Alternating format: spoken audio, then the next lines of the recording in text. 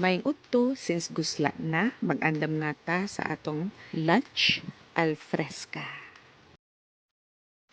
Sa pagkatinuod, simple ra jud ang among mga pagkaon diri sa shop. Di ni papunggahay. Most of the time, ang among mga pagkaon, salin ra na sa among panihapon, among giref, mag-ref, igawas na mo, lutoon na mo, balik initon ra in general. Luckily, pagbuntag, hingad mi sa balay ila nanay. By the way, si nanay ang lola ni Flip T. Unya, gihatagan mi og duha ka isda.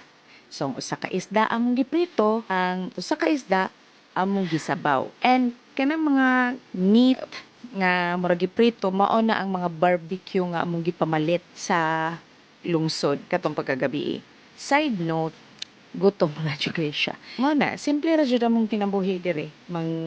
Ngaon na mi sa gawas, ya samtang gakaon mananaog salida para bibo ba. Ang punta ra jud nimo kumukaon kas gawas no.